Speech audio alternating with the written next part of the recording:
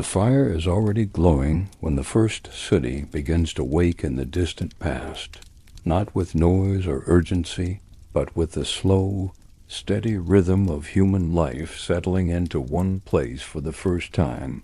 And you can imagine the air holding the warmth of yesterday, the walls still warm from the sun, the ground packed smooth by hundreds of careful footsteps. And tonight you are going to drift into that world, into the quiet birth of cities where people stopped moving endlessly across the land and chose instead to stay, to build, to belong, to shape their days around one shared place. And you will learn what daily life felt like inside those early settlements, how people cooked, worked, rested, believed, and slept when civilization was still young and gentle and unsure of itself. And there is nothing you need to do now except let the firelight and the slow movement of history carry you inward.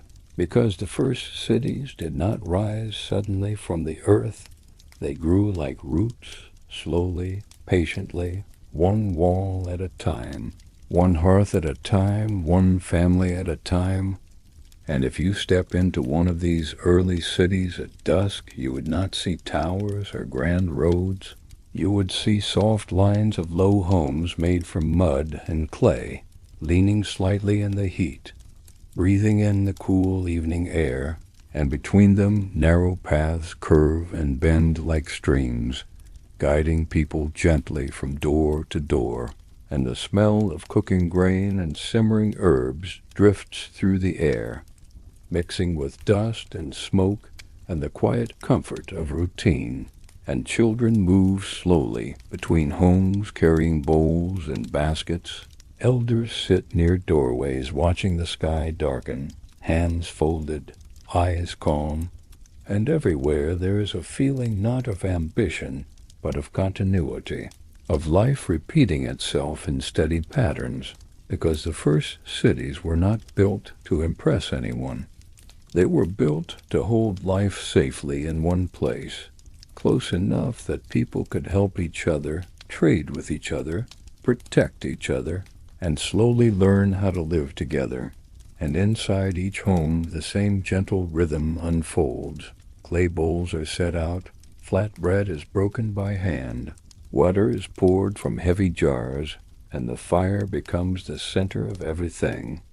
Warming hands, cooking food, lighting faces, and gathering people into a shared circle of quiet. And as the evening deepens, you can hear the soft sounds of the city settling down, the low murmur of conversation, the scrape of sandals on packed earth, the distant bark of a dog, the quiet laughter of someone telling a familiar story. And these sounds are not exciting. They are comforting, because they mean the city is alive, breathing, resting, and inside this breathing place people begin to trust that tomorrow will come much like today, that the river will still flow, that the fields will still grow, that the walls will still stand. And so they sleep without hurry, bodies closed together, not out of fear, but out of familiarity, because closeness feels safe. And over time, these small choices shape something larger. Paths become streets. Homes become neighborhoods. Meeting places become centers of belief. And the city begins to understand itself as one body made of many lives. And at its heart, there is always a shared space, a temple, a storehouse, a gathering ground, where the city remembers who it is and why it exists. And as the firelight flickers in that space, you can feel how gently civilization begins, not with power, but with patience, not with conquest, but with cooperation, not with noise, but with quiet routine, waking, working, resting, and trusting in the slow return of the sun. And if this world feels calm, if it feels safe to imagine yourself inside it, that is because it was built for exactly that purpose, to hold human life gently in one place long enough for memory, culture, and comfort to grow. And if you are enjoying this slow journey into the very first cities on Earth, you can support these long, peaceful history stories by subscribing and staying with me through the night. And now the fire continues to glow, the city continues to breathe, and you can remain here, letting the earliest shape of civilization move softly around you as your thoughts grow quiet and your body grows still, drifting deeper into the warm, ancient calm as night settles fully over the first cities on Earth. The fire becomes the quiet heart of every home and every street, and you can feel how life continues, not with noise, but with rhythm, with people rising at dawn, moving through narrow paths, carrying tools made of stone and wood, shaping their days around the needs of the city. And you begin to understand that these early cities were not just places where people lived. They were places where people learned how to live together, slowly and carefully, day after day, season after season. And in the early morning, the air is cool and soft. Mist clings to the ground near the river, and the city wakes with gentle movement. Doors opening, footsteps on packed earth, baskets being lifted, water being drawn, and the smell of damp soil and fresh grain fills the air. And farmers leave the city gates with their tools balanced on their shoulders, walking out into fields that stretch quietly toward the horizon, where canals guide water like veins through the land, turning dry ground into life. And back inside the city, craftsmen begin their work, shaping clay into pots, pressing patterns into wet surfaces, carving bone and wood, weaving reeds into baskets and mats, and every motion is slow and practiced, learned not from books, but from watching, from repeating, from being part of something larger than oneself. And the city hums softly with these small sounds. The scrape of tools, the low murmur of voices, the steady breath of shared effort, and there is no hurry in it, because survival depends on balance, not speed. And as the sun climbs higher, the light spills into courtyards and narrow lanes, warming walls and hands, and people gather in shaded places to trade, to talk, to exchange goods and news. And you can imagine the way stories move through the city like wind, passing from one person to another, carrying memory, warning, comfort, and meaning. And children learn not from instruction, but from presence, from sitting near elders, from listening to voices that speak slowly and gently about seasons, floods, harvests, and ancestors. And in this way, the city becomes not just a collection of buildings, but a living memory, holding everything its people have learned about the land and about each other. And when the heat of the day grows, heavy people retreat into the cool shadows of their homes, resting on woven mats, drinking water from clay jars, letting the body slow down. Because the city teaches patience. It teaches when to move and when to be still. And in the late afternoon, the work begins again. Fields are tended, tools are cleaned, grain is ground between stones, and the air fills with the sound of steady hands preparing for another evening. And as the sun sinks low, the city gathers itself inward, smoke rising from hearths, voices softening, footsteps turning back toward home, and you can feel how this rhythm repeats endlessly, shaping people into part of the city, and the city into part of the people. And as darkness returns, the fire once again becomes the center of everything, lighting faces, warming bodies, and drawing families close together. And in that warm circle, people eat slowly, speak quietly, and rest, trusting that the city will hold them through the night. And as you listen to this ancient world breathing, you can sense how the first cities were not about power or dominance. They were about cooperation, memory, and belonging, about learning how to stay in one place long enough for life to grow deep roots. And now the fire continues to glow. The walls hold the warmth of the day, and the city settles into another long, gentle night, carrying you with it into stillness, into quiet, into the slow, steady calm of a world that is just beginning to understand what it means to be home. The morning in the first cities rises softly, with a muted light spilling across packed earth streets and through narrow alleys, illuminating the simple shapes of mud brick homes and the smoke curling from clay ovens. The city stretches quietly in all directions, walls leaning gently, pathways curving like streams that guide the movement of daily life.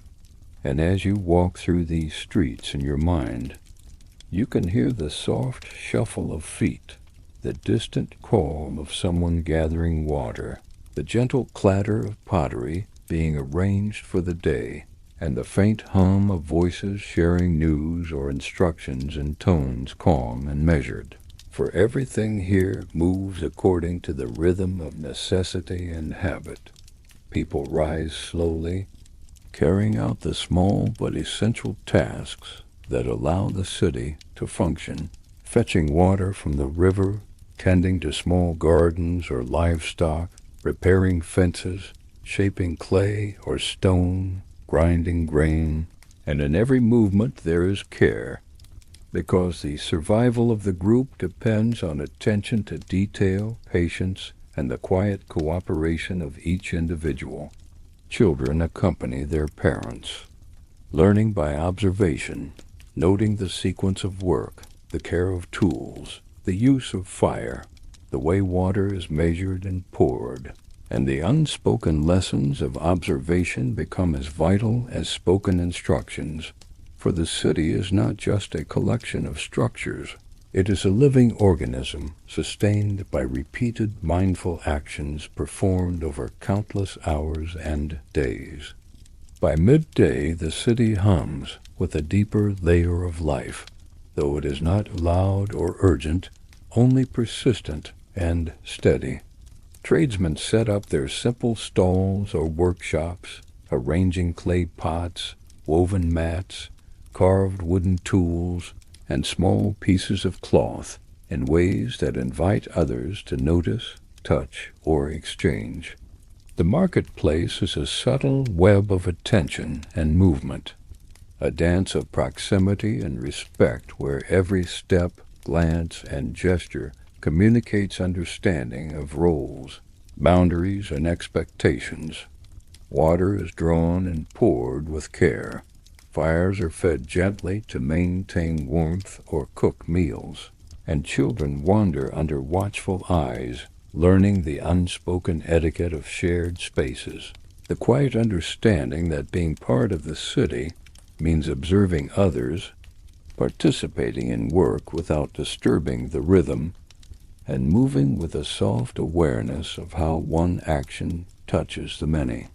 Above it all, the sun moves slowly, casting long shadows from walls and rooftops, marking the passage of hours and reminding every inhabitant of the importance of time, routine, and preparation, for even in the earliest cities, the smallest delay in fetching water or baking bread could ripple through the delicate balance of communal life, and people learned to move slowly, deliberately, and with attention, knowing that their survival and the survival of those around them depended upon this calm, steady diligence. As evening approaches, the city exhales and settles inward, returning to the quiet rhythm that began in the early morning. Smoke rises from each home, blending into the dimming sky, carrying the scent of food, fire, and earth. Families gather together, sitting close to the hearth, sharing meals, telling familiar stories, grinding grain, and caring for children their movements soft and measured, never hurried, never loud, for the long shadows of night require stillness and awareness. Doors are closed slowly. Mats are placed to sit or sleep. Water jars are refilled and set aside. And the city feels alive not with spectacle, but with the calm pulse of countless small lives intersecting in trust and cooperation. As the firelight flickers and the walls absorb warmth and sound, the city teaches patience, endurance, and the quiet comfort of belonging, and you can feel yourself carried along in its rhythm, letting the steady pulse of ancient life wash over you, knowing that these first cities were built slowly, with careful hands and thoughtful hearts, and that the people who lived here discovered, perhaps without words, how to create a world that could cradle human life gently, deeply, and peacefully through the passage of days and nights. The morning arrives once more over the first cities on earth, yet it feels entirely different from the previous day, as if the city itself is waking with a deeper awareness, a rhythm shaped by the countless small decisions made by the people who dwell within it. The air is cool and still, touched with the faint dampness of the river that winds like a silver thread along the edge of the settlement, reflecting the soft light of the sun as it rises above distant hills. Smoke curls slowly from the low chimneys of mud brick homes, mingling with the scent of fresh clay, damp earth, and cooked grain. In every corner of the city, life begins in quiet, deliberate movements. A pot is lifted carefully from the oven. Children tiptoe past sleeping elders. A basket of water is carried across uneven stones, and the sound of careful footsteps mixes with the distant murmur of conversation. Voices low and measured, almost like a song that has been sung the same way for generations. Every action here is purposeful, guided by centuries of observation and the gentle weight of necessity. People rise not in haste, but in rhythm with one another and with the city itself, for the first cities did not thrive through force or noise, but through patience, attention, and a careful awareness of the balance between self and community. And as you move through this imagined morning, you can see the city breathing softly around you, houses leaning slightly in the sun, walls still warm from the early light, narrow lanes bending and curving like streams, and at the heart of the settlement a shared space quietly awaits, a place where the community gathers, exchanges, teaches, and remembers that it is more than the sum of its walls and roof. It is a living, breathing organism sustained by the small, constant efforts of its people. By mid-morning, the streets hum with a layer of life that is steady and persistent, yet never loud. Craftsmen shape clay with hands worn smooth, pressing patterns into wet surfaces with patience learned over years. Weavers bend reeds into mats and baskets, their fingers moving in gentle repetition, and traders lay out small wares in shaded areas, inviting careful observation rather than hurried exchange. Children follow the rhythms of adults, learning the slow, deliberate motion of daily work, the subtle gestures that communicate respect, the quiet patience required to move through shared spaces without disrupting the flow of others. Water is poured slowly, rain is ground between stones. Fires are stoked just enough to keep warmth without smoke filling the homes, and in all of this there is a sense of order, a calm understanding that survival depends not on haste, but on precision, care, and cooperation. Paths that seem simple curves through mud and dust are in fact arteries of movement, channels for quiet connection, for transmission of knowledge. for subtle exchanges that knit the city together like the threads of a woven cloth. And as the sun climbs higher, the walls of the city cast long shadows that move slowly across homes and streets, marking time, reminding all who dwell here of the steady passage of day, and teaching patience in ways that are both necessary and beautiful. For in these first cities, every sound, every motion, every shared breath contributes to the delicate balance that allows life to flourish. As afternoon fades into evening, the city exhales in a deep, slow rhythm. The heat of the day lingers in the walls, in the stones, in the river, and the people begin to gather once again near their fires, preparing meals, tending to children, cleaning tools, and resting briefly from the constant, gentle demands of daily life. The sound of conversation is soft, almost melodic, interspersed with the scrape of tools, the careful placement of clay vessels, the quiet laughter of those who share stories in the warm shadows. Light spills from doorways, illuminating the edges of streets and alleys, creating a tapestry of soft gold and deep blue shadows that seem to breathe along with the city itself. Families sit together, sharing bread, pouring water, tending fires, and teaching the young about the patterns of the day, the movement of water, the cycles of planting and harvest, the habits of animals, and the rhythms of human life that ensure survival. The city seems to hold a gentle knowledge in its very walls, in the curves of its streets, in the careful placement of homes and meeting spaces, a knowledge that is absorbed slowly, quietly, by those who dwell within it, shaping the way they move, the way they work, the way they rest. And as night slowly descends, the firelight becomes the anchor, casting soft glows and shadows that soothe, that carry the weight of the day into calm, that invite sleep to settle gently into tired bodies and minds. The first cities, in all their modesty, teach endurance, cooperation, and the profound peace that comes from living in harmony with others and with the world itself. And as you listen to their slow breathing, to the flickering of imagined flames, and the quiet of packed earth streets, you too can feel carried by this rhythm, letting the ancient calm flow through you, holding you safe, steady, and warm as the world grows quiet and still, as though the city itself were exhaling its final, gentle breath into the night.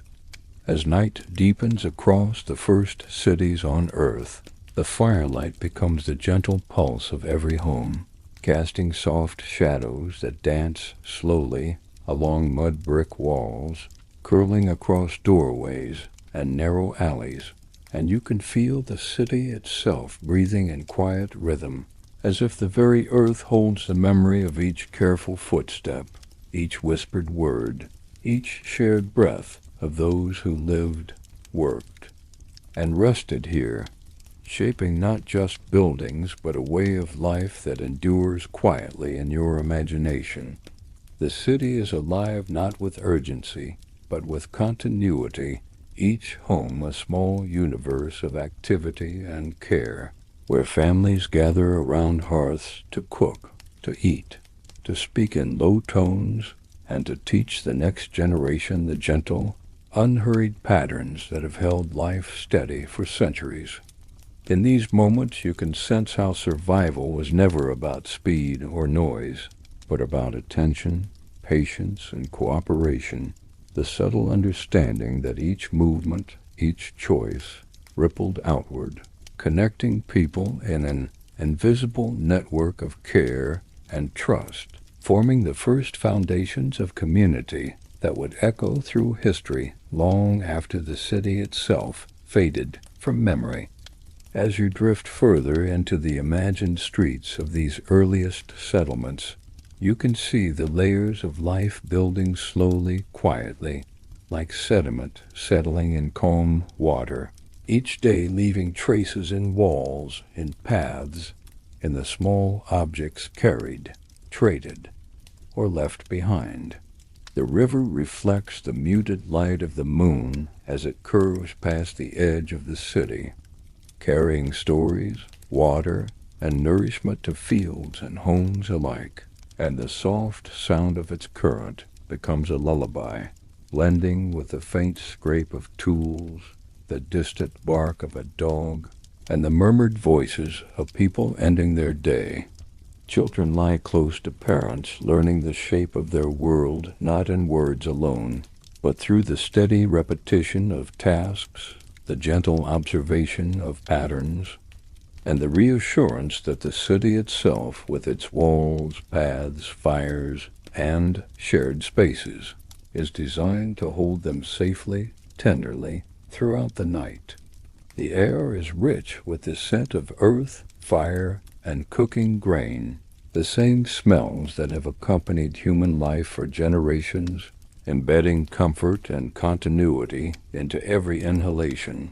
And as the stars appear overhead, faint and steady, they reflect in the minds of the inhabitants the same slow, deliberate constancy that governs every action, every small choice, every quiet habit that allows the city to endure. Night moves fully into the city now, and the world outside grows still, offering a space for reflection and rest. You can imagine the city breathing gently, its walls and pathways filled with the calm, persistent rhythm of lives intertwined, people trusting one another, trusting the earth, trusting the patterns of days and nights, and in this trust, civilization begins, not with grandeur or noise, but with patience, with care, and with repetition so subtle that only time itself can reveal its impact. As you listen, letting the fire glow in your mind, the imagined streets become soft and still, the homes warm, the shadows long and comforting, and you can feel yourself carried along by the steady pulse of the earliest cities, their lessons of cooperation, endurance, and gentle community seeping quietly into your awareness. The world, though ancient, feels close and protective, and in this calm, immersive space you can finally rest, letting the echoes of human life from thousands of years ago soothe your mind and settle your thoughts. The first cities on earth, with all their small wonders, their careful routines, their patient shaping of daily life, drift slowly into stillness along with you, leaving you with a sense of peace, connection, and quiet wonder, as though time itself has slowed to let you breathe, to let you rest, and to let the warm, flickering glow of countless ancient fires hold you gently through the night.